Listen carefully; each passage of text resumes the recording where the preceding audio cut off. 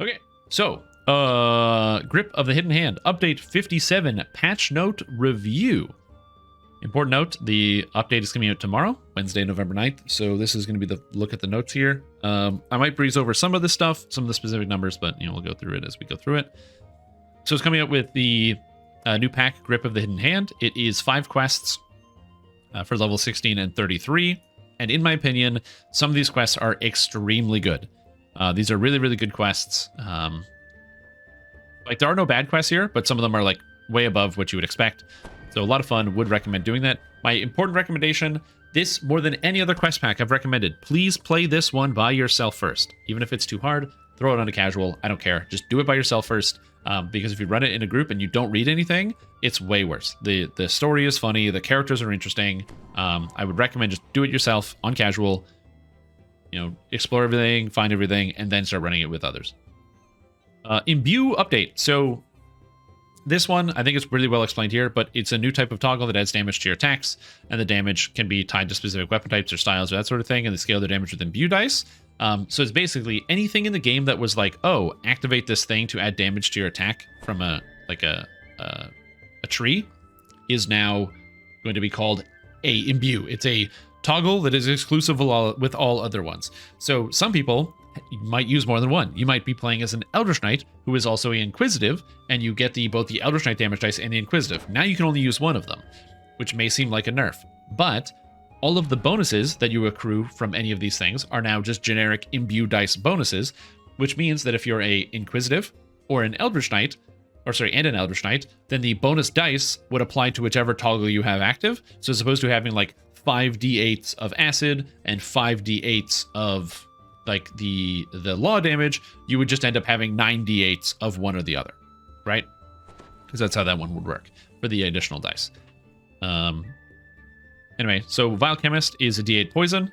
Our Battle Engineer from Artificer is getting electric spell power, which is kind of cool. You also get extra dice while wielding a rune arm, which gives you additional dice. And elemental weapons and greater elemental weapons are being added to give you more dice. Important note that what I just said sounds like a nerf, because I said, oh, you're using, but I had 5d8s of poison or acid, and I had 5d8s of law damage. So now I'm only getting like 9d8s of either acid or law.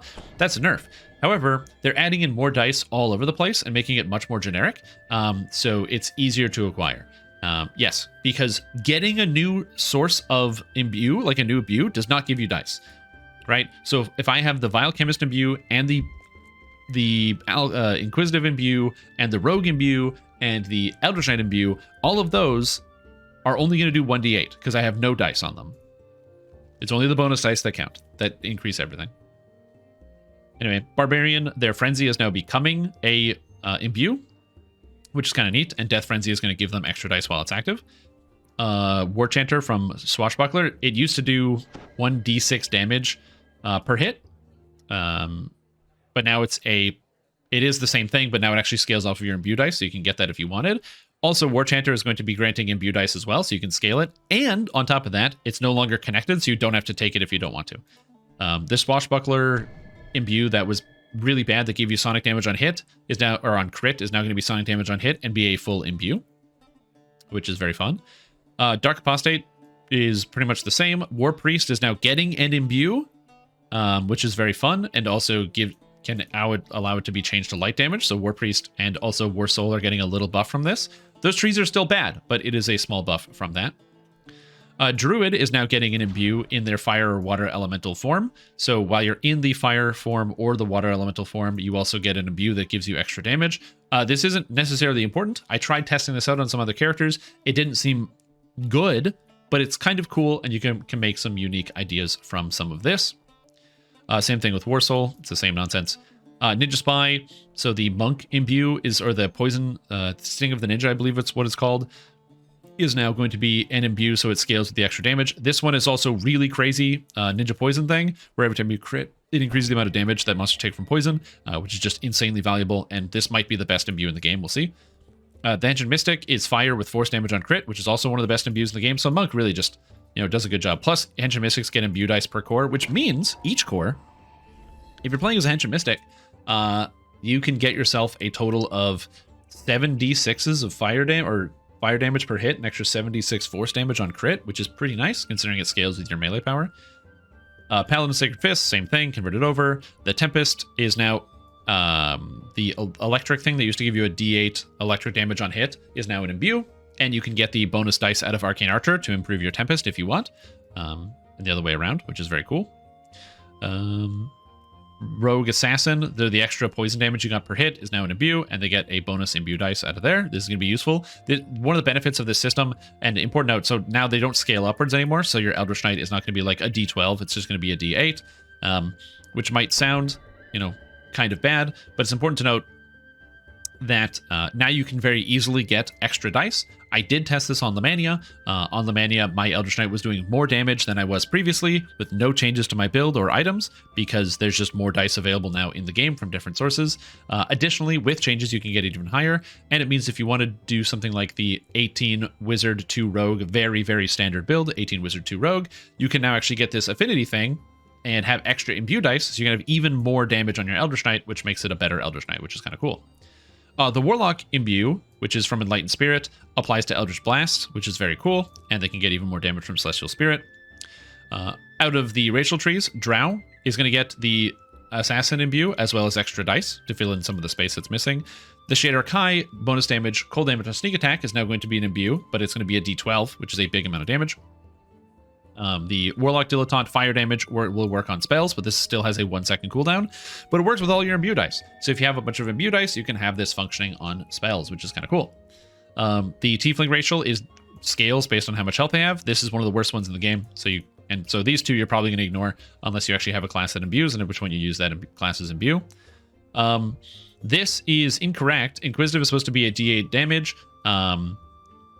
But this is actually a D10, so I don't know how this is wrong, but it's supposed to be a D10 unless it was changed back. But on Lemania, this was proposed to be changed to a D10 damage. So I don't know what's up with that. And then 2 new feats are changing. So Embodiment of Law and Chaos. Previously, it used to just give you like a D20 damage whenever you hit something. Now instead, they either give you +3 physical or magical resistance rating, right? As well as Imbue dice if you're lawful, and this one gives you double strike and double shot, and if you're chaotic you get Imbue dice, so it kind of balances out there. Also, the Scion effects will now give you Imbue dice, etc. There's a whole bunch of stuff in here that gives you Imbue dice. Shoddy Champion will scale with your Imbue dice, which is good. So this will be really nice to be able to get there. It just gives you some extra Shoddy Champion damage. This is very, very noticeable on a ranged character like an Inquisitive or an Arcane Archer. It's really easy to get like 21 dice. So this is an extra 3d77s on your proc, which is very, very good. Draconic Incarnation now applies to everybody, which is nice. Crusade from Divine Crusader gives you bonus dice. Ghost Touch in Legendary Dreadnought is now called Esoteric Touch, which gives you which gives you Ghost Touch and Imbue dice. And the Shared Mantle in Primal Avatar also gives you +3 Imbue dice, which is pretty cool. And then as far as the item sets, basically they made it so filigrees that used to give you scaling damage on hit, are now going to give you Imbue dice instead. So if they gave you spell power or some other effect, they'll give you 1 Imbue dice. And if they didn't do anything, so for example, like the Beast's Mantle, which I believe gives you slashing damage on hit, it's now going to give you 2 Imbue dice instead. Augments from Hunter Be Hunted will just give you 1 Imbue dice. And certain sets, Profane Experimenter, Echoes of the Waking Ancestor, and Crypt Raider are all going to give you extra dice, so +3 dice there, which is kind of cool. Important note, Profane Experiment and Echoes of the Waking Ancestor, this is Walking Ancestor. I don't know why it keeps getting written as Waking. It's literally Walking. But anyway, these 2 sets are reasonably good. Profane Experiment doesn't fit into every build, but you can find places to put it. Walking Ancestor is a cool Charisma set from Isle of Dread. Crypt Raider is just straight up bad, so you don't really have to worry about this one. And then on top of that, there's a couple extra changes to go along with that. So Pain Touch 1 and 2 from Ravager used to have some damage. Now instead they get melee power. So Barbarian just basically gets melee power if you want to ignore everything else. Death Frenzy grants +6 strength since regular Frenzy is losing a strength bonus. Divine Crusader's Law of Divine. This is basically Divine Crusader change. They're basically just moving around some of the stuff in Divine Crusader so that if you don't want to take the Imbue, you now don't have, or you don't want to take the other effect, you don't have to anymore. Embodiment of Law thing.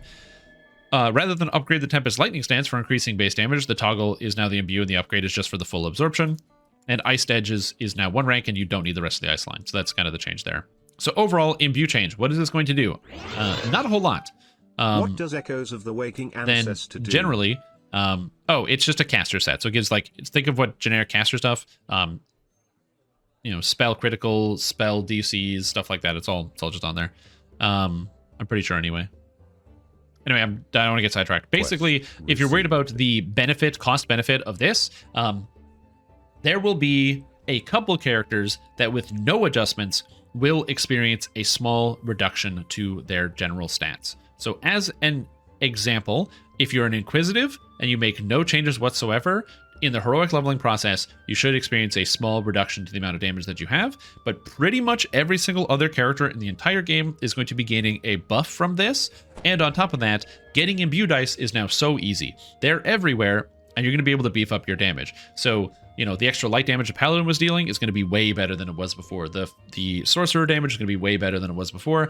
I spent probably about 40-ish hours on Lemania testing this to make sure that things were going to be coming out good, bugs were fixed, and other stuff. So I can confirm a lot of these things are improving. So does this mean that Imbues are going to take over the game? The answer is no. Imbues are non-crit. They don't scale with critical hits, and critical hits are how you scale damage with physical weapons. If you want to scale your physical damage, you want to use critical hits. You can add this. They're good. They're useful, but the amount of damage you're going to get on a Imbue is never going to scale up to the amount of critical damage that you have. So this is a fun thing to increase your DPS. It is a cool side bonus on your characters, but it is not going to be something you want to spec into. It's not going to be something you want to like throw your character into and be like, this is 100% I'm an Imbue build and that's all I do. That's not something you necessarily need. However, the one exception to that is this one, the Enlightened Spirit toggle. This one's really crazy. Because the light damage applies to your Warlock abilities, and this is going to give you a massive amount of damage on Warlock, like almost an extra 20-ish d6s of light damage per strike.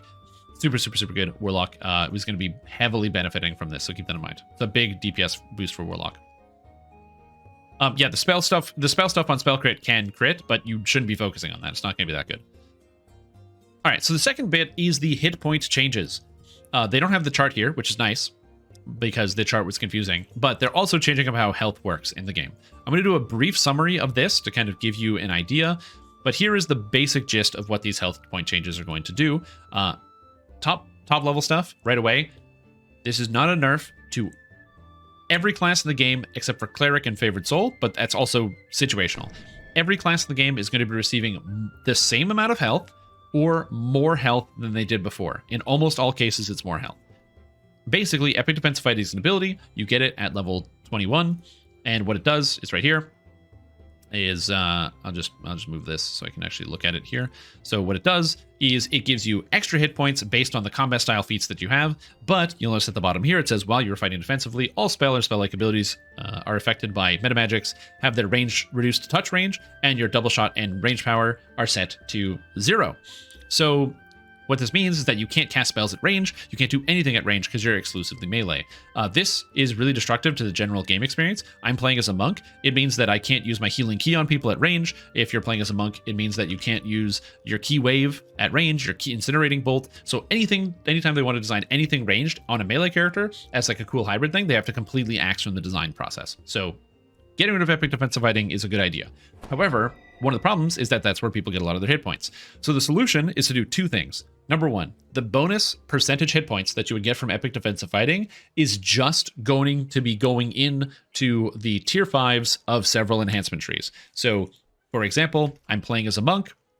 So instead of getting it here from Epic Defensive Fighting, I'm going to be getting it, I believe, from Open Hand Mastery, or Empty Hand Mastery will also give me the hit points. So now it's going to be something you take out of your tree, which means that you'll have more hit points, and you can get it at level 12 instead of level 21, which will help out a lot of characters during the heroic leveling process and be really good for Hardcore League. So that's already good.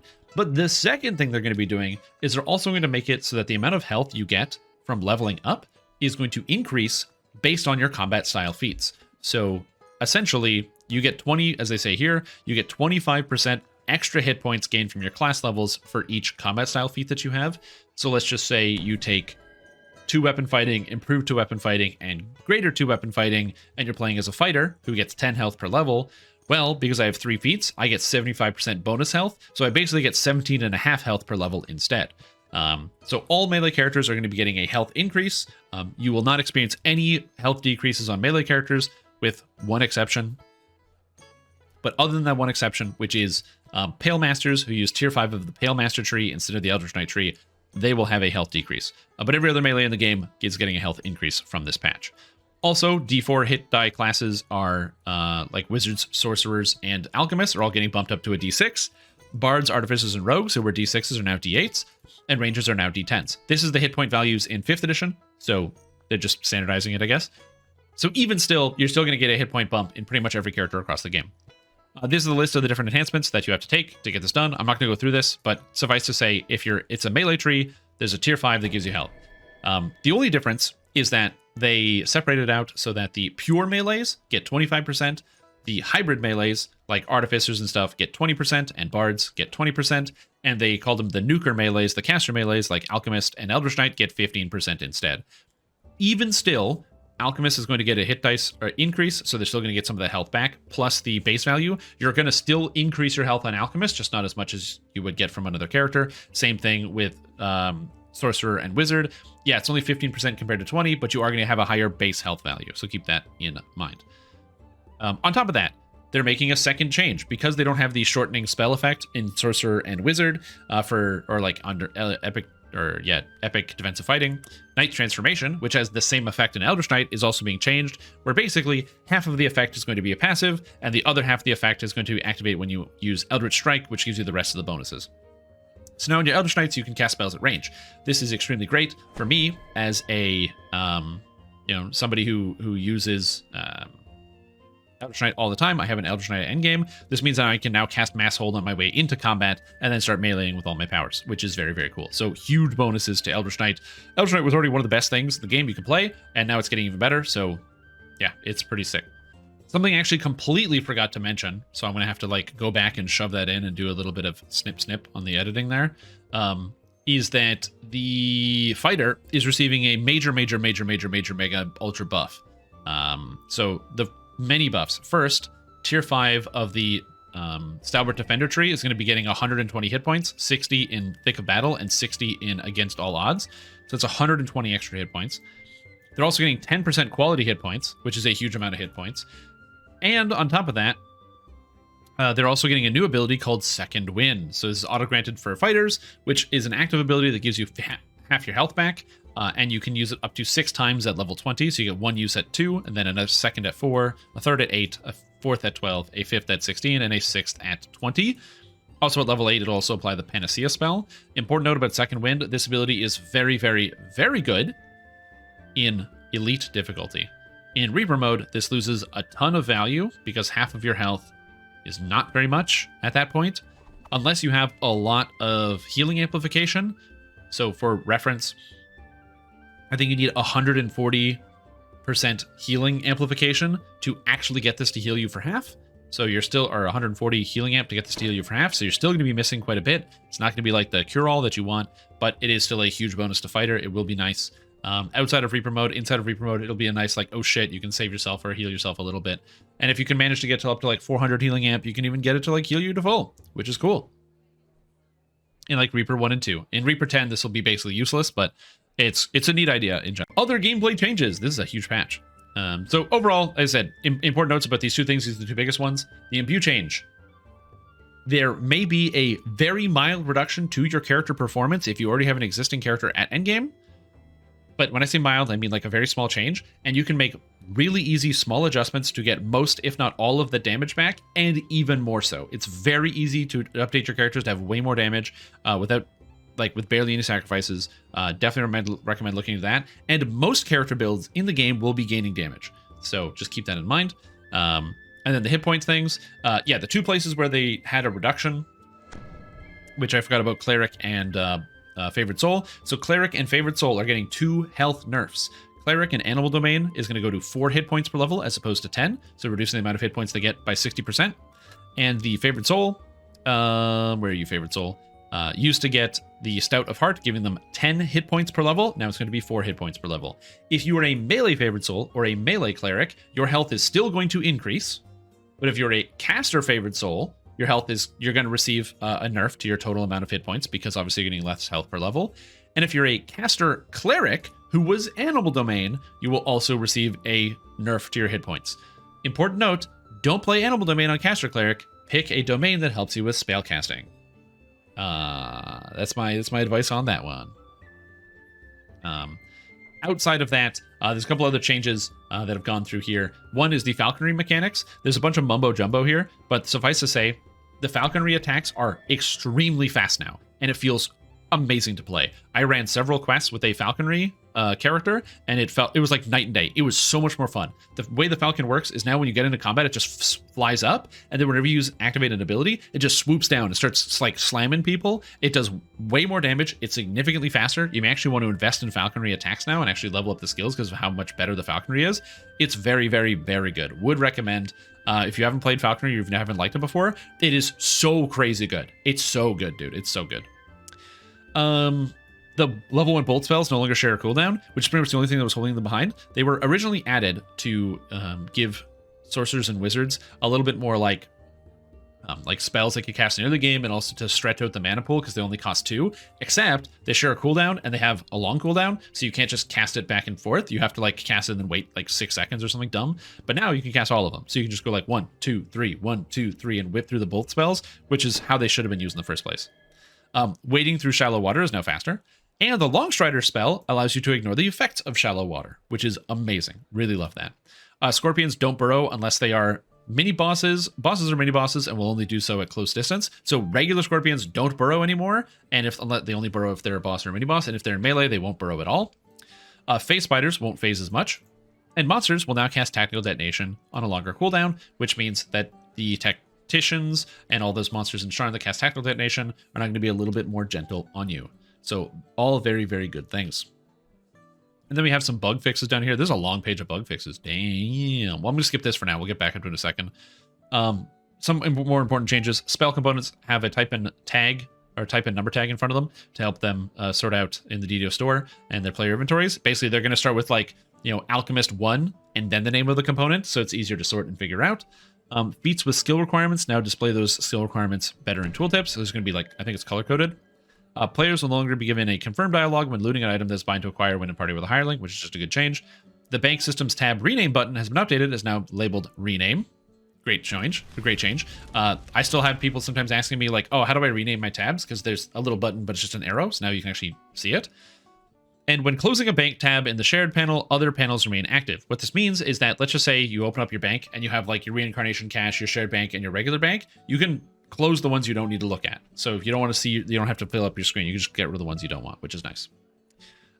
Somebody did bring up a good thing in chat that I forgot to mention. I glossed over this one because I forgot about it, but it is actually very important. Offhand Versatility is here. So Offhand Versatility is being changed. By changed, I mean gutted. Basically, what Offhand Versatility used to do is it made it so if you got a Vorpal, while wielding an orb or a rune arm, it would allow you to automatically crit on all of your spells for 5 seconds, which is a cool idea conceptually, which is basically like, you get the melee and then you throw the fireball and it gets the auto crit and it does a bunch of damage. This is the idea in the mind of the users. This is the idea in the mind of creators. This is how they wanted people to use it, which makes sense. However, what actually ended up happening is people would snapshot this effect. So you would cast a spell that lasts a long time, and it would crit for the whole duration. So for example, you would have this active on you for 5 seconds, the bonus where you auto-crit all your spells, and then you cast a 4.5 minute death aura, and now for 4.5 minutes, your death aura is always critically striking on you. That isn't very balanced, and the other elements that go along with it aren't very balanced, so that is a bit of a problem. So they did kill it, and now it gives an imbue dice. So this is going to be a big change for some builds. If your build was based around that, now you know that you have to change that aspect about your character. I think that this is a healthy change for the video game, but I don't like it because it was really fun, and I thought it was a cool thing that you got for like mastering the character. But whatever, it is what it is. Anyway, last thing is bug fixes. Let's just go over the bug fixes real quick. Fixed issue that was causing abilities to sometimes break when the player is rapidly hitting other actions or even the action itself, even if it's just coming off of cooldown. This happens to me all the time. So we'll see if that's changed. Barbarian Fatigue no longer erroneously applies with Tireless Rage. I've never had that happen. Grandmaster Flowers Core 4 now provides the stats that it says it does. Razor Claw Shifter can now use Whirlwind Attack with a better animation, which is cool. I know there was some bug with like Whirlwind Attack, which is good because there's a better animation now. Dark Apostate Enhanced Curse 3 now actually applies. This is basically the thing where when you crit, you curse. It worked on Lemania. It doesn't work in game, but now it works on Lemania, so this should actually function for you. Condemnation and Acceptance in Divine Disciple now properly grants spell critical damage instead of spell power. Divine Disciple Core 5 now properly boosts alignment spells, which it was supposed to. Numerous spells have been properly marked as alignment and divine spells. There's a bunch that were just missing from the list. Like Holy Aura, for example, is a good spell, but it wasn't counting as an alignment spell, so it didn't get the extra bonuses. Negative Energy Adept and Pale Master no longer requires Wizard level 4. A variety of abilities that use the Whirlwind Attack animation now properly scale with your attack speeds, such as Exalted Whirlwind, Avenging Whirlwind, and Arcane Tempest. Arcane Tempest now scaling off of attack speed. Important note, Arcane Tempest was not a Whirlwind attack. It did not hit twice. This is another buff to Eldritch Knight. It was just a cleave. Now it's actually a Whirlwind. It hits twice, making it insane for physical damage Eldritch Knights. Purge the Wicked and Divine Crusader now correctly doubles your critical confirmation bonus and critical damage, so that has finally been fixed. Ride the Lightning and Stormsinger now works. The Night Revel, Spectral Dragon, Dungeon Skulls now hit for the correct amount of damage. Good patch after Night Revels is gone. Night Revels is apparently going to be coming back, so if you missed it or something, because of the issues with transferring off of Hardcore, there's a lot of people who, they have characters that they want to play through Night Revels, but they couldn't play through Night Revels because their characters are on Hardcore. So they're going to be reopening Night Revels again once they finish up, they get the transfers working again. Several stances such as Power Attack and Combat Expertise will no longer put everything on cooldown.